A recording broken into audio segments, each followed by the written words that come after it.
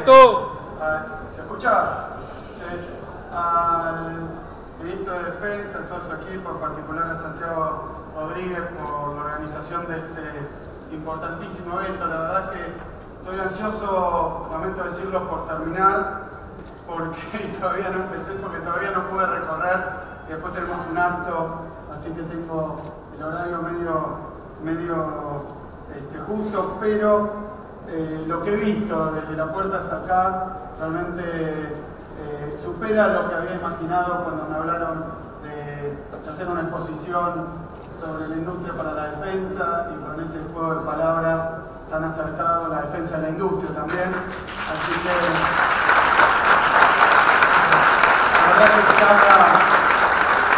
con el nombre habíamos empezado bien, pero ya la veo que es una exposición que no tiene nada que envidiarle a las exposiciones de jerarquía internacional, a las exposiciones del sector privado, así que estoy ahora apurado para poder dar una vuelta. Me hablaron de aviones, me hicieron un chiste de aviones, así que supongo que habrá un Pampa por acá. La presidenta contaba la anécdota que cuando lo vimos el otro día nos subimos, creo que era un Pampa 2, ¿no? Yo omití decir que casi me mato en la escalerita, así que imagínense pilotearlo, pero una emoción verlo despegar y una emoción va a ser verlo acá al Pampa 3, que a mí me toca a veces firmar el cheque, pero darme los resultados, así que siempre muy importante, muy interesante ver que las cosas que estamos haciendo desde ahí, a veces en Plaza de Mayo, desde el Ministerio, se reflejan después en hechos reales en la industria argentina. Quería hacer una intervención para agregar además a este panel, que me parece que no es una exageración decir que es de lujo y que además es histórico, ¿no? Porque estamos con camaradería, y lo decíamos acá antes de entrar, decía Antonio, ¿no? que muchos a veces imaginábamos que un proyecto de país tenía que tener claramente tres componentes, ¿no? Obviamente el capital, el trabajo y el Estado. Y de nuevo estamos acá, el capital, el trabajo y el Estado, 12 años después, hablando de todo lo que hicimos y sobre todo, y ya lo he visto en la intervención de Juan Carlos, en la intervención, por supuesto, de querido compañero Antonio Caló, estamos hablando de lo que hicimos y con mucha emoción y con mucha esperanza, porque también podemos hablar con total orgullo de todo lo que falta hacer. Algunos piensan que eso es un error, es mostrar una debilidad, pero todos sabemos, también como le decía recién Santiago, que destruir la industria argentina llevó, no sé, 20 años, 30 años, muy intensos, pero que siempre destruir una cosa es una tarea más sencilla, más rápida, tal vez menos sofisticada que volver a construirla, que construirla originalmente y que volver a construirla. Pero defensa de la industria se trata justamente de hablar un poco de lo que hicimos, hablar de los logros que tuvimos, festejar, reconocer los logros históricos que se consiguieron, pero sobre todo saber que tenemos por delante un futuro tremendamente luminoso, tremendamente esperanzador, lleno de potencialidades, y que todo lo que se construyó, y no estoy haciendo proselitismo, pero todo lo que se construyó, como dijo el compañero gobernador de la provincia de Buenos Aires, Daniel Scioli, es importante porque sirve para construir sobre lo construido. Tengo para mostrar un poco algunos números, espero que no demasiados, pero que me remiten también a algo que es importante destacar, que es muy importante destacar.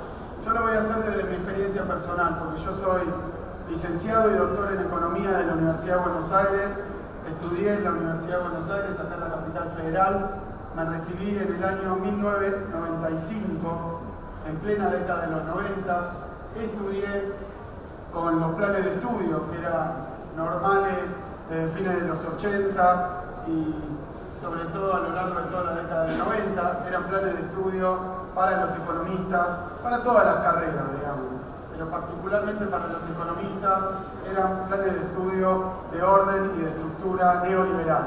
Es decir, que nos enseñaban bajo el nombre de economía, miren qué poco pluralistas son y qué soberbios, bajo el nombre de economía una sola escuela de pensamiento y era la escuela neoliberal, que planteaba que había una sola economía.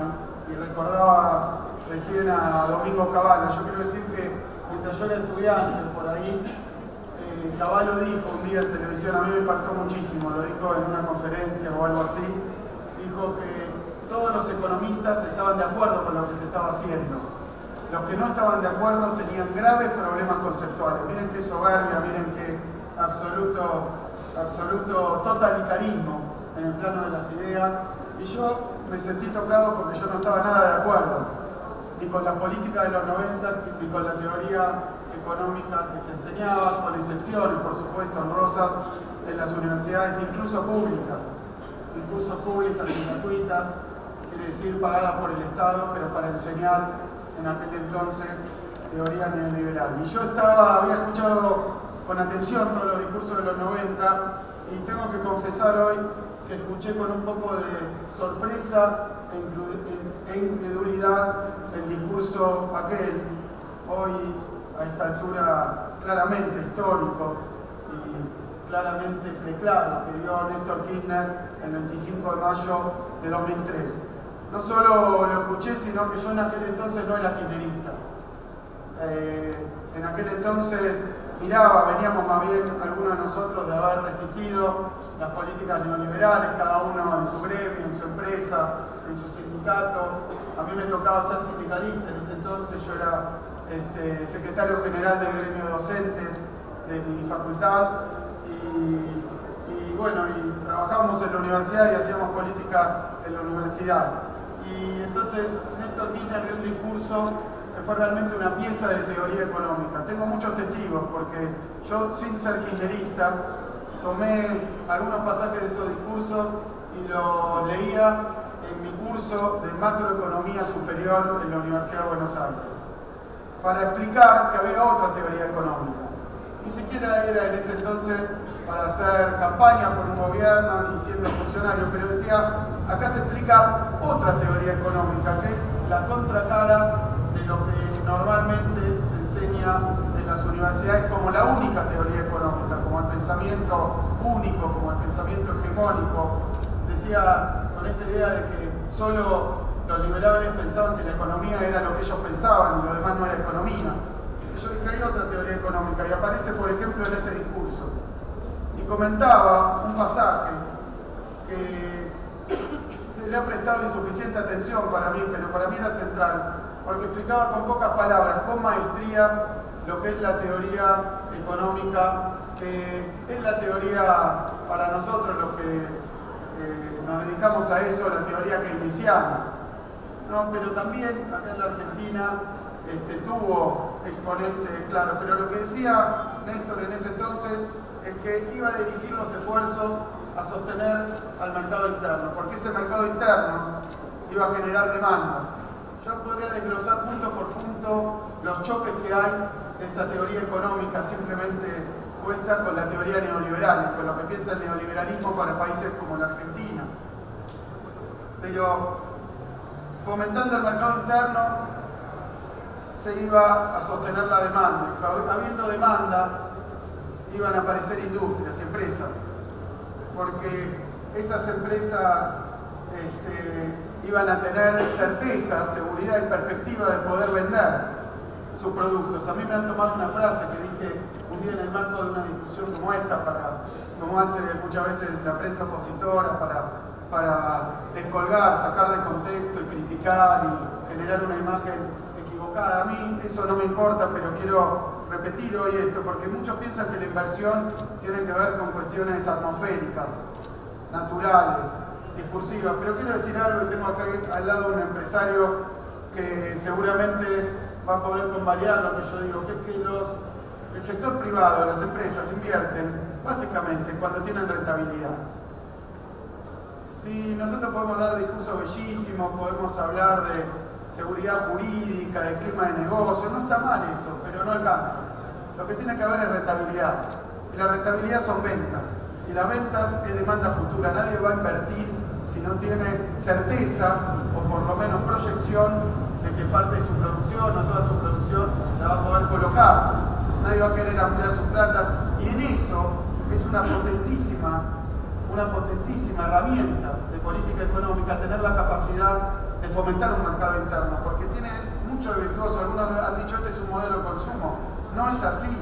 La inversión pública y privada en la Argentina ha batido récords estos 12 años. Nunca, durante todos los 90, con todo el discurso liberal, con las relaciones carnales, con los viajes seguidos y seriales al Fondo Monetario Internacional, con la aplicación de todas las políticas ortodoxas, nunca llegamos a un 20-21% de inversión en relación al Producto Bruto Interno. Es decir, que la inversión vuela en la Argentina y está por encima incluso de muchos países avanzados. Por supuesto no de China y otros países en camino de industrialización en emergente, pero el consumo no está desdoblado de la inversión.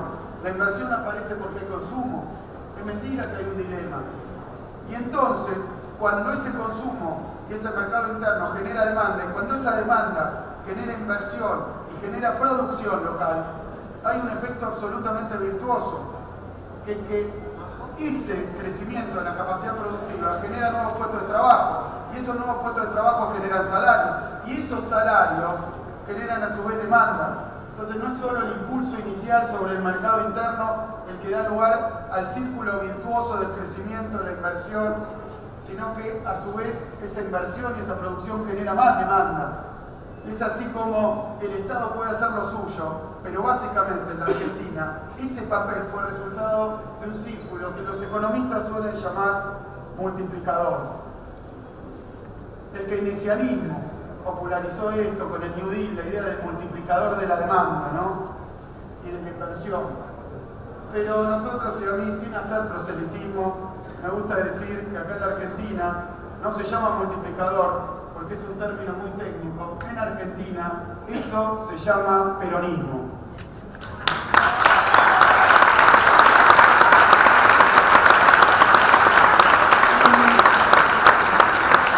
Créanme, porque parece que no, pero estoy hablando de alta y elevada teoría económica.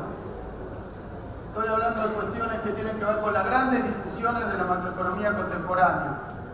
Estoy hablando de los grandes pensadores de las escuelas económicas, que se dividen entre si la economía le empuja la demanda o le empuja la oferta, si lo que hay que... Bueno, son temas técnicos, pero nosotros podríamos pasarnos horas filosofando, discutiendo, viendo los modelos matemáticos, pensando si es así o no, si no es así, qué supuestos de eso se ocupan los economistas teóricos, esa es la discusión.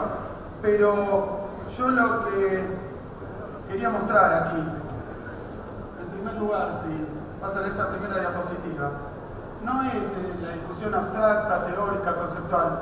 Estoy mostrando que eso que dijo en 2003 Néstor Kirchner, y esto es lo fabuloso, es que no fue una promesa de campaña, fue su discurso de asunción, donde dijo tantas cosas que hoy resuenan en nuestra memoria, pero cuando dijo esto en el terreno económico se podrían haber desatado debates, pero el tema es que lo hizo, y hoy los resultados están a la vista. Ese modelo que impulsa la demanda agregada y que entonces genera un círculo virtuoso de consumo, pero de más inversión y entonces de más demanda y de más producción, es realmente lo que ocurrió en la Argentina. Por eso tenemos, y a mí me gusta a veces comparar con la década de los 90, para que no me saquen de contexto, sino que el que quiere discutir conmigo no tome una frase descolgada, sino que venga con los números, con los papeles y veamos los resultados de la política. Porque durante todos los 90, donde se cantaban loas en el altar de la presunta declaraciones que hay que hacer para que la inversión llueva, lo que tuvimos, y acá están los resultados, es una caída del 93 al 2002 del consumo y por tanto también de la inversión. Y lo que tuvimos acá, para los que quieren discutir y que piensan que este es un modelo clientelista, populista, basado en el consumo, tengo los números 2013 a 2014, creció como nunca al 6% anual acumulativo el consumo privado, pero creció más todavía la inversión pública privada hasta el 11,2% anual acumulativo, porque es un modelo que sirve. ¿Qué problema hay con este modelo? Que es un modelo, como decía Antonio, le agrego, es un modelo productivo, nosotros lo llamamos un modelo de crecimiento. Y quería decir algo más, porque esos motes que nos ponen, peronistas, clientelistas, populistas, son muchas veces porque también tiene que ver con otra cosa que Néstor dijo, que es que no vamos a dejar a ningún argentino tirado, no vamos a dejar a ningún argentino en la calle, no vamos a dejar a ningún argentino sin un instrumento que le permita, si todavía no ha conseguido el trabajo, si todavía no ha tenido los beneficios de mediano y largo plazo, de un modelo de crecer, crecer y crecer, entonces dijimos vamos a establecer diferentes planes de protección social y de inclusión social. Yo acá tengo una listita muy sencilla, pero muestra que año con año fuimos incluyendo argentinos y más argentinos. Lo puedo mostrar, acá tengo todos los nombres, pero me interesaba mostrar el tema de los jubilados, por ejemplo. En 2003 había un montón de viejos de Argentina que por no haber podido hacer los aportes o por haberlos hecho mayores, que por no poder haberlos hecho no estaban en condiciones de cobrar una jubilación. ¿Y qué les decía el liberalismo? Es culpa tuya, no hiciste los aportes. Porque esta es una profesión que tiene el neoliberalismo, echarle la culpa a la víctima por lo que no hizo. Entonces, los que no habían hecho los aportes, y después nos enteramos, ¿por qué no hizo usted los aportes? Porque trabajé en negro, o porque no podía trabajar, porque había 18, 20, 25% de desempleo, entonces no pude hacer los aportes y ahora no cobro una jubilación. Eso resultó en que de los argentinos en edad de jubilarse, solamente el 66% cobraban la jubilación, que además habían sufrido la estafa de la privatización del sistema de jubilación y pensión, es decir, todas le habían hecho a los pasivos en Argentina. Hoy 2015, con el plan de inclusión jubilatoria, nosotros llegamos al 96,6% de cobertura y vamos a llegar al 100% de cobertura. Los planes de inclusión jubilatoria le dieron posibilidad de jubilarse, no sin hacer los aportes. Los aportes se les permite pagar como, es una moratoria, es decir, que les permite pagar los aportes a medida que van cobrando la jubilación. Pagan sus aportes, se jubilan, nadie les regala nada, pero nadie lo deja en la calle. Y ustedes dirán, ¿qué tiene que ver esto? ¿Qué tiene que ver el plan UNITA, la AUH, el Progresar, las asignaciones familiares, el Procrear, la tarjeta Argenta, la asignación por embarazo, el Conectar Igualdad, la asignación universal por hijo, la estatización de las FJP, las leyes ahora de movilidad jubilatoria, la creación del FGS, el plan de inclusión previsional, la movilidad del Progresar? ¿Qué tiene que ver eso con esta charla de industrialización? Y de industrialización para la defensa y defensa de la industrialización. Y de industrias estratégicas, y me permito, estrategias de industrialización también, ya que estamos con los juegos de palabras. ¿Por qué? ¿Por qué digo esto? ¿Qué tiene que ver todo esto? Porque justamente la creación del mercado interno es el principal resorte que se usó para poner en marcha nuestra industria.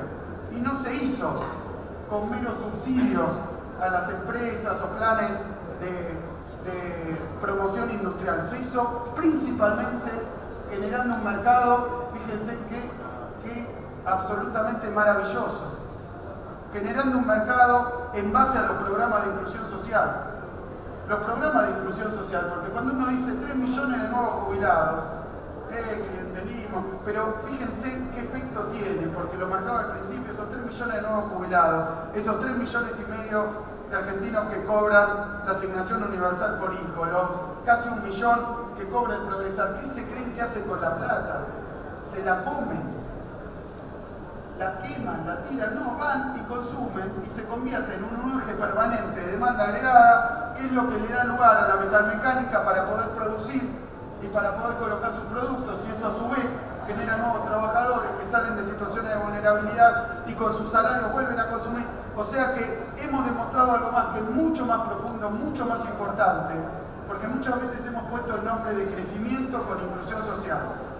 Como si por un lado, con una mano, la Presidenta de la Nación nos diera instrucciones a algunos ministerios de dedicarnos al crecimiento, y con la otra mano diera instrucciones de inclusión social, como si fueran dos avenidas que no se tocan.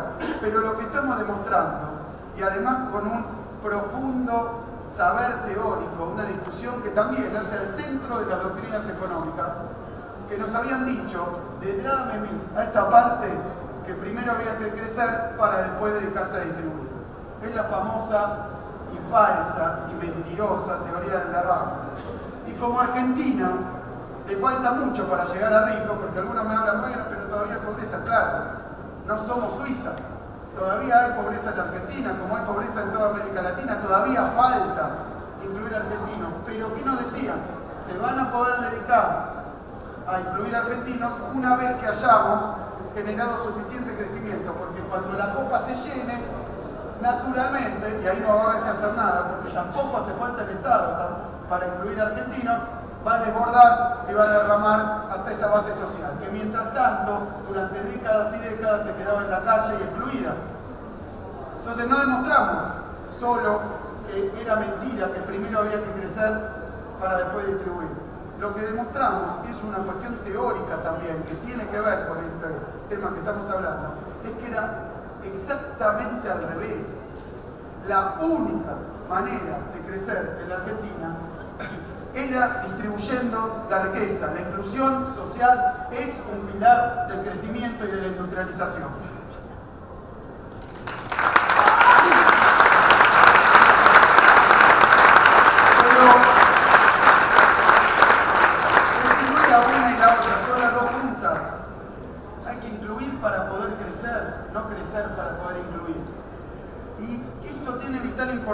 Para el tema que nos ocupa hoy, particularmente la industria. Porque cuando uno dice, tenemos un programa de crecimiento con inclusión social, ¿de qué está hablando en un país como la República Argentina? Está hablando de industria. Nuestra única receta para crecer y al mismo tiempo incluir creciendo, es desarrollar la industria. No hay otra receta. Y esto es mentira también, como ese falso dilema entre crecer y distribuir. Es un falso dilema el campo de la industria. Y voy a hacer un comentario sobre eso, porque también es otro de los cassettes que le insertaron a muchos economistas y también incluso a la opinión pública, que decían, bueno, hay que decidir. Tiren una moneda, voten, como quieran, pero decían, o campo o industria. Esa idea de que hay un dilema férreo, imposible de resolver, entre tener campo y tener industria, es también otra mentira. Y eso es muy importante y vale más que 1000 libros de economía, porque lo demostramos en la República Argentina. Y me parece, antes de mostrar algunos datos, algún comentario más sobre esto. La verdad es que los que plantean que hay un dilema entre el campo y la industria, no somos los que defendemos la industrialización de la Argentina. Son los que quieren solo una Argentina primaria. Nadie que esté de acuerdo con el desarrollo y la industrialización va a decir que hay que hacerla a costa en vez de seguir avanzando con nuestra producción agropecuaria, nuestra exportación agropecuaria. Nadie. Todos sabemos que buena parte de las divisas que necesitamos para industrializar y crecer provienen de las exportaciones de origen agropecuario. Todos sabemos que hay encadenamientos hacia adelante y hacia atrás. Todos sabemos que incluso el propio campo, si se trabaja bien, es fuente de industria, porque cuando mencionaba las parejas, toda esa zona del sur de Santa Fe, sabemos que la agroindustria se sitúa en una zona agropecuaria porque es ahí donde tiene buena parte de la demanda. Entonces, ese dilema es una mentira también del otro lado. Así como lo decían, primero hay que crecer para distribuir, era porque no querían que nunca distribuyéramos, no porque los que queremos distribuir no pensemos en crecer. Los que decían que o el campo o la industria era porque no querían industria, porque los que queremos industria sabemos que necesitamos campo. Y este es un tema también central. No es casualidad, como dice la presidenta, no es magia que la cosecha de este año sea de 126 millones de toneladas, que la superficie agrícola se haya ampliado, la frontera, más allá de todo sueño. Obviamente necesitamos más campo y más industria, no es un dilema, pero en lo que hace a la industrialización, porque esto lo quería mostrar también. En primer lugar, también una comparación con los 90. En los 90, con esta idea de que primero había que crecer para después distribuir, ni crecimos ni distribuimos. Ese fue el resultado. Porque abrimos las fronteras a todo el dumping internacional para que no se pueda producir nada en la Argentina, ni hablar de toda la campaña cultural, toda la campaña política que se hizo para que Argentina no tuviera industria porque no correspondía, porque no podíamos, porque éramos tontos, malos, sucios, feos, acá no se podía producir nada, cuando Argentina había sido la principal potencia industrial del continente. Porque esto hay que decirlo, Argentina fue la principal potencia industrial del continente y ese proyecto de industrialización no se agotó. No vino el plan bomba, como quieren decir ahora cada vez que quieren destruir algo. Esa industrialización, básicamente, fue amputada, fue interrumpida con la dictadura militar más violenta de la que se tenga memoria. Esos 30.000 desaparecidos de los que hablaba Antonio fueron parte de un plan de desindustrialización de la Argentina, un elemento más. Y usaron la palabra desapareció la metalmecánica porque también desapareció la industria en la Argentina. Y era parte de ese plan, de una Argentina primaria, de servicios, financiera, que no tuviera industria. ¿Y por qué alguien puede decir para qué no tenga industria? Y porque si no tenemos industria, somos demandantes, consumidores, parte del ciclo del reciclado y la bicicleta financiera, pero también del reciclado y la bicicleta industrial.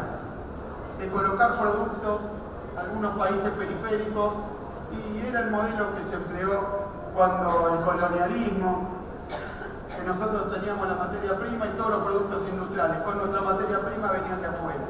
Ese es un modelo en el que algunos creen y que beneficia a algunos. Nosotros simplemente lo que estamos diciendo, tenemos la capacidad, como dice Scioli, tenemos la materia prima, tenemos también la fuerza de trabajo, la materia gris, para seguir industrializando la Argentina. ¿Por qué no vamos a tener industria? ¿Quién nos prohibió tener industria? Si podemos hacerlo, si funciona cuando es industria argentina. Pero lo que quería mostrar es que ni se creció ni se industrializó. La tasa de variación anual acumulativa de la industria durante los 90 fue 2% anual acumulativo de caída. Mientras estos años fue 5,4% de crecimiento, 12 años, más que en los 90. Y seguimos creciendo en la industria, una tasa anual acumulativa del 5,4% tomando esos 12 años. Pero en desigualdad fue mucho peor, porque mientras, por ejemplo, para tomar el coeficiente de Gini, que mide la desigualdad, que es una medida internacionalmente aceptada de la desigualdad, para todos aquellos que dicen que el tema no nos importa, es una medida que seguimos obviamente observando con detalle y que es la más difícil de mover, mucho más que la pobreza por ingresos, es la más difícil de mover, tiene elementos estructurales, tiene elementos de la forma en la que opera la economía en su conjunto, y ese coeficiente de Gini que creció un 12% durante, esto es de punta a punta, durante los 90, ahora cayó un 20%. Entonces pudimos crecer, pudimos industrializar, pudimos distribuir, pudimos incluir. Eso no son promesas, eso no es simplemente promesa. Cuando nosotros decimos que esto es lo que ocurrió en la Argentina, decimos que Néstor Kirchner vino a prometernos un sueño, pero que ese sueño hoy es realidad. El sueño de Néstor Kirchner, el sueño que le propuso a los argentinos, de que crezcamos, distribuyamos, incluyamos, industrialicemos, desarrollemos, es hoy una realidad que se observa en la República Argentina, sino cómo, para todos los detractores, sino cómo tendríamos esto. No hace falta mirar ninguna otra cosa, vengan a ver lo que se ha hecho en la Argentina. Y entonces van a ver que ese sueño era posible, pese a todo lo que nos habían dicho, que no se podía distribuir, que no se podía crecer, que no se podía industrializar, que ese no era el modelo de país más conveniente.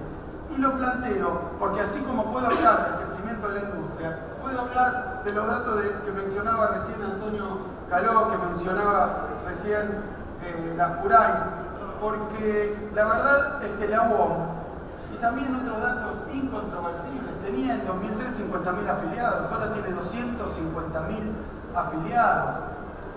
Y esto, para decirlo despectivamente, no es el choripán, no es la coca, no son los planes, es un resultado de que toda la política social tiene también como correlato la creación de más y más puestos de trabajo, de más y más industria. Pero de la misma manera lo podemos ver para la UOCRA, de 70.000 a 450.000 afiliados. Lo mismo podemos decir del ESMATA, 25.000 a 100.000 afiliados. Podemos recorrer gremios industriales, gremios de servicio, gremios educativos, gremios que tienen que ver incluso con la cultura y el arte, como es televisión, como es actores. Todos los gremios han mostrado ese crecimiento explosivo porque son más y más trabajadores y más sindicatos, porque también nos han dicho, y esto es parte del discurso neoliberal, que tener sindicatos, que tener buenas condiciones de trabajo, que tener convenciones colectivas, que tener paritarias, que eso es malo, que huye la inversión, que huyen los industriales, que huyen los empresarios, que hay que tener no un país libre de buitres, un país libre de asociaciones sindicales. Miren qué gran confusión, así es como debe venir la inversión, nos dicen, y hemos demostrado que no es así, que con 1.600 convenciones colectivas de trabajo, discusiones paritarias todos los años, crecimiento del salario mínimo vital y móvil, miren, lo tenía acá, ahora lo muestro, del 2.700%, cada vez hay más crecimiento y no menos. Un modelo con Estado fuerte, con sindicatos fuertes, con empresarios fuertes, es el único modelo bajo el cual se puede desarrollar un país como la Argentina. No hay otra.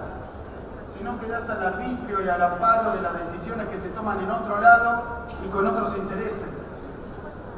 Estado, empresa, sindicatos, trabajo, tienen que estar de la mano para poder seguir industrializando la Argentina. Y voy a decir algo sobre las industrias estratégicas y lo quiero decir también en términos conceptuales. Y déjenme hacer, y con esto termino, una muy breve disquisición sobre la cuestión de la teoría de la industrialización o la teoría del desarrollo. Fíjense, porque me parece muy importante señalar. Ustedes saben que cuando se industrializó originalmente nuestro país, en la década de los 40, con los primeros planes quinquenales de Perón, pero durante toda la etapa que termina con el golpe de Estado del 76, la industrialización de la Argentina era tributaria, recogía ideas que estaban en ese momento dando vuelta, muchas de ellas producidas también por teóricos argentinos, como fue el caso de la teoría del desarrollo, Raúl Prebisch como teórico, y muchos tanto más que también del continente, hablaban de cómo industrializar un país periférico, un país dependiente, decían después, cómo hacerlo, un país atrasado en su industria y atrasado en el tiempo, porque todos veíamos que las principales potencias internacionales ya tenían desde los orígenes del capitalismo un proceso de industrialización que después mostraba que todos los que quisieran empezar más tarde también iban a estar peor, iban a ser industrias infantes, atrasadas, porque obviamente llegaban después de ese camino de industrialización. Y entonces se generó una teoría de la industrialización, del desarrollo, que tiene algo que yo quiero plantear muy bien porque es muy importante acá con gente del Ministerio de Defensa dejarlo en claro, porque nuestras Fuerzas Armadas fueron un resorte y un actor central en ese proceso de industrialización original de la Argentina. Y no solo de la Argentina, de todos los países en vías de desarrollo.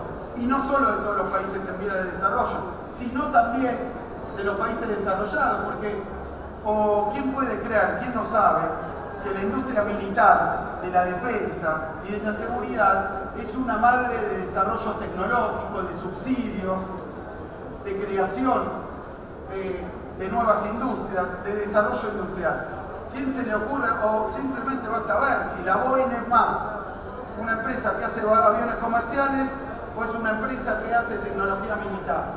Si uno mira cómo genera sus ingresos, de dónde saca esas millonadas para hacer investigación científico-tecnológica, se da cuenta de que está el Estado, también los países desarrollados usan al Estado muchas veces a través de industrias estratégicas para sostener su innovación, para sostener su demanda, su desarrollo. Si no, miren Embraer, acá nomás, que hace aviación civil, pero hace también, obviamente, industria militar.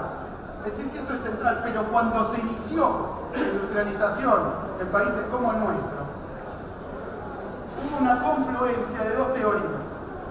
Una que decía que los países atrasados, periféricos, dependientes, subdesarrollados, esta era la jerga de la época, solo se iban a poder desarrollar con el concurso, con la ayuda, con el auxilio, con el compromiso del Estado. Que el mercado no los iba a desarrollar. Y esto parece una discusión teórica, pero eran las pruebas.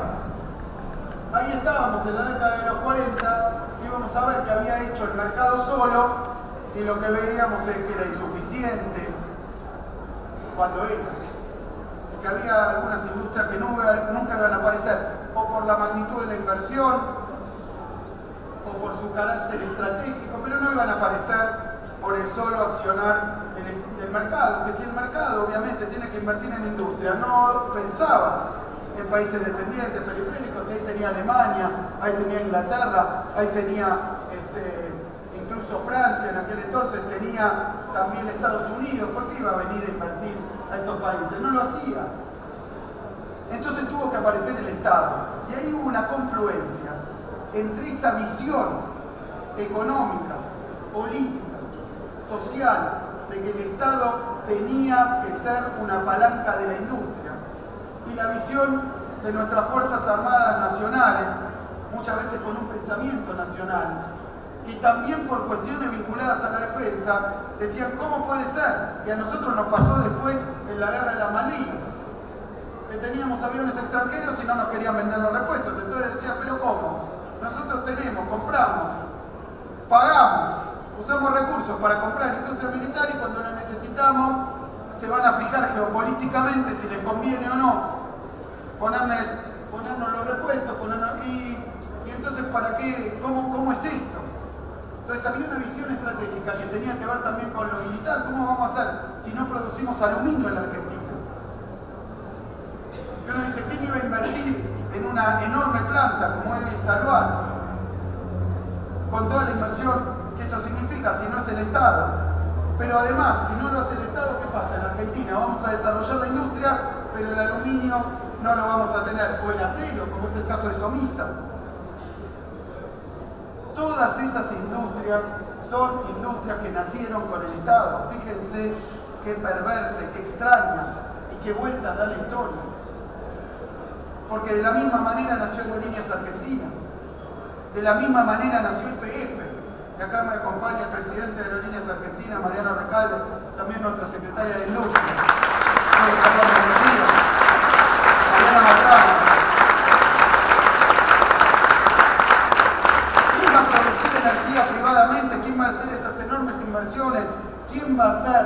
Porque hoy me toca ser director de YPF y haber sido uno de los que llevó adelante la discusión con Repsol, y me decía, no, acá no invertimos porque no nos dan los números. Entonces hay ciertas industrias estratégicas centrales que tienen derrames, porque muchas veces algunos críticos nuestros, que ahora parece que están de acuerdo con tener aerolíneas estatal, pero que durante todos estos años estuvieron poniendo palos en la rueda, criticando, denostando y diciendo que ni aerolínea ni YPF tenía que tener participación mayoritaria del Estado. Pero ¿quién se le ocurre mirar el balance de aerolíneas o el balance de YPF mirando exclusivamente los números de su ingreso y sus gastos? Y todos sabemos todo lo que significan en abonamientos, en encadenamientos, en derrame productivo, en ayuda para miles y miles de pymes, en fortalecimiento de nuestra industria. ¿Quién va a mirar solamente el balance de aerolíneas a ver si aerolíneas le sirve o no al país? El balance social de Aerolíneas Argentinas no es que tenemos que mirar con detalle, es ultra superavitario. Si todos saben, todos los que viven en el interior saben todas las dificultades, toda la plata que perdían simplemente en su ocupación laboral por no tener un vuelo cuando lo necesitaban. Si había capitales de provincia que ni siquiera tenían un vuelo de avión, entonces hasta el Estado no podía funcionar porque le habíamos entregado eso a los privados.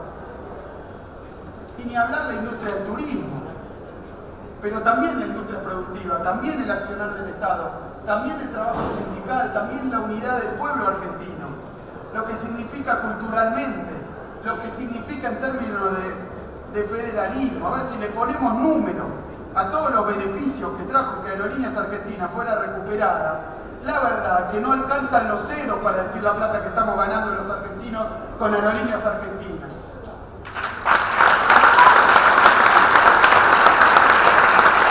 Una visión obtusa y privatista. Puede discutir si Aerolíneas sí o Aerolíneas no según el bottom line, la última línea del balance como compañía privada, que todavía es. Y otro tanto de YPF. Mírenlo, YPF en el último año de los españoles, que eso fue un tema central de la discusión, YPF invertía con toda la furia 3.000 millones de dólares, y de la naturaleza de inversión que decía acá Juan Carlos, que era inversión, pero a determinados proveedores que ellos querían, que no era la industria nacional. O sea, inversión para afuera. Este último año, YPF, Sociedad Anónima, que dio ganancia, invirtió 6.000 millones de dólares. YPF duplicó en un par de años su inversión. Y eso no hay que mirarlo tampoco con una mirada amplia, con una mirada razonable, con una mirada nacional. No se puede mirar el número de YPF simplemente en el balance de YPF. Por supuesto que es una empresa privada, cotiza esta en la bolsa de Nueva York, por supuesto todo eso, pero los beneficios que nos ha traído YPF, miran y pónganle número a las horas y horas que perdimos todos los argentinos como consumidores haciendo cola en las estaciones de servicio porque nos querían vender que no había nafta en la Argentina. ¿Cuánto tardó? No faltó ni siquiera tomar un tiempo, simplemente con la intervención de YPF, en 2 días se acabó el desabastecimiento de nafta en la Argentina. ¿Cuánto vale eso? No va a aparecer en el balance de YPF, pero esta es una visión estratégica de la industria. Y son cosas que tiene que hacer el Estado. Para todos esos defensores acérrimos del mercado, privatizadores, si no lo hace el Estado, no lo hace nadie, o lo hacen mal, o lo hacen pensando en el beneficio a corto plazo, no en el autoabastecimiento energético, no en las industrias que uno crea a través de los proveedores, pensando simplemente en la billetera de unos cuantos vivos. Entonces, las industrias estratégicas, que en los 40 empezaron a surgir y nacer, son también industrias estratégicas de nuestra reindustrialización. Y ahí está.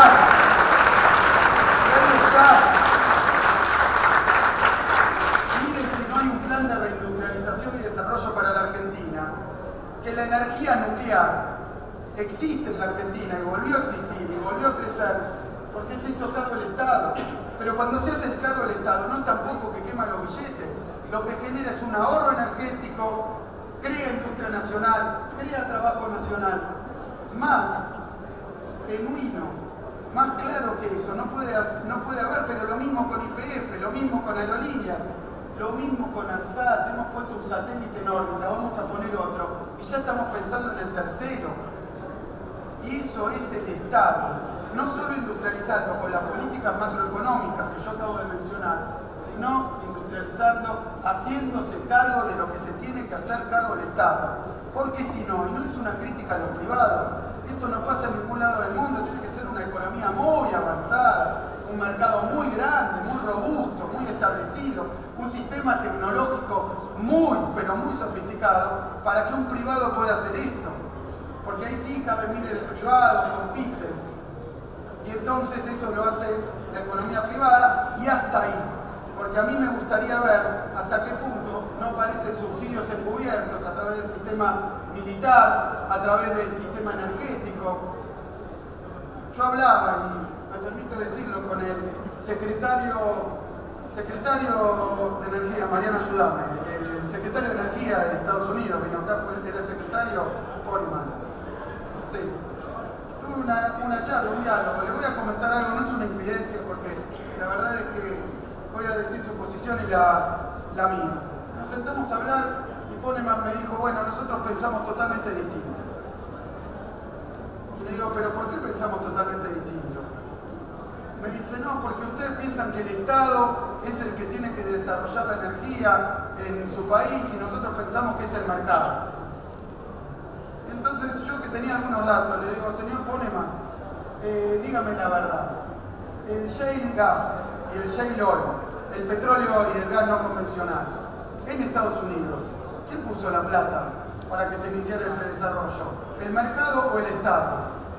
Entonces me dice Poneman, tenés razón, estamos más de acuerdo de lo que yo pensaba. Porque cuando una industria no tiene suficiente solidez, no tiene suficiente madurez, si no la impulsa el Estado, muchas veces ni siquiera existe y ni siquiera arranca. Yo le digo, bueno, imagínese Poneman, que lo que para usted es toda la economía norteamericana, nosotros somos una cosita así. El mercado, la inversión privada es algo muy chiquitito todavía. Entonces el Estado tiene que estar para impulsar, es un resorte, es una palanca, y en la década de los 40 lo fue, y si no, no tendríamos ni acero en la Argentina, no tendríamos ni aluminio en la Argentina, no tendríamos ni PF en la Argentina, no tendríamos petróleo en la Argentina, que lo encontró el Estado y lo desarrolló el Estado, y no habría ni empresas privadas tratando de explotarlo. Entonces lo que quiero decir es que hoy la tarea que tenemos por delante, la que hemos desarrollado, es muy compleja. Es muy compleja, sumamente compleja.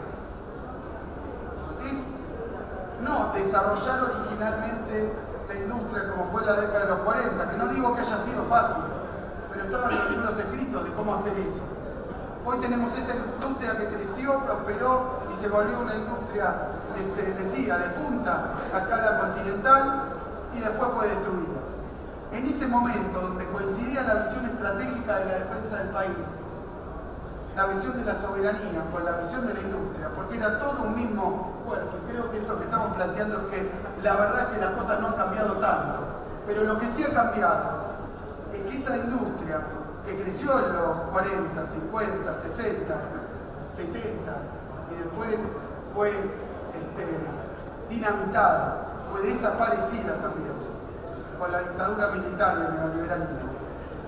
Hoy lo que nos toca es reconstruir ese tejido industrial, lo cual involucra nuevos y viejos también, pero sofisticados y muy quirúrgicos instrumentos. Porque no es cuestión, en aquel momento en los 40, yo me acuerdo, se hablaba de la autarquía, producir todo en la Argentina. Hoy con la globalización tecnológica, las cadenas internacionales de valor, la división internacional de trabajo, todos sabemos que no puede ser el objetivo la autarquía económica. Nadie está buscando producir todo en la Argentina. Si hay cosas que no producen ni los norteamericanos ni los alemanes, que se producen en 2 o 3 lugares del mundo, por ejemplo, buena parte de la tecnología de los celulares, ni siquiera se puede producir en los países más desarrollados, los clásicos, sino que se producen otros en 2 o 3 y con plataforma mundial, porque si no nos dan los costos, las escalas. Entonces, hoy es distinto. Pero el hecho de que sea distinto, el hecho de que reindustrializar el país, después de que nuestra matriz insumo-producto, nuestro plan de producción nacional haya sido agujereado, está como un queso gruyère, porque hay cosas que se producen, cosas que no, cosas que se vendieron, cosas que están en manos de alguien que no quiere hacer lo que tiene que hacer.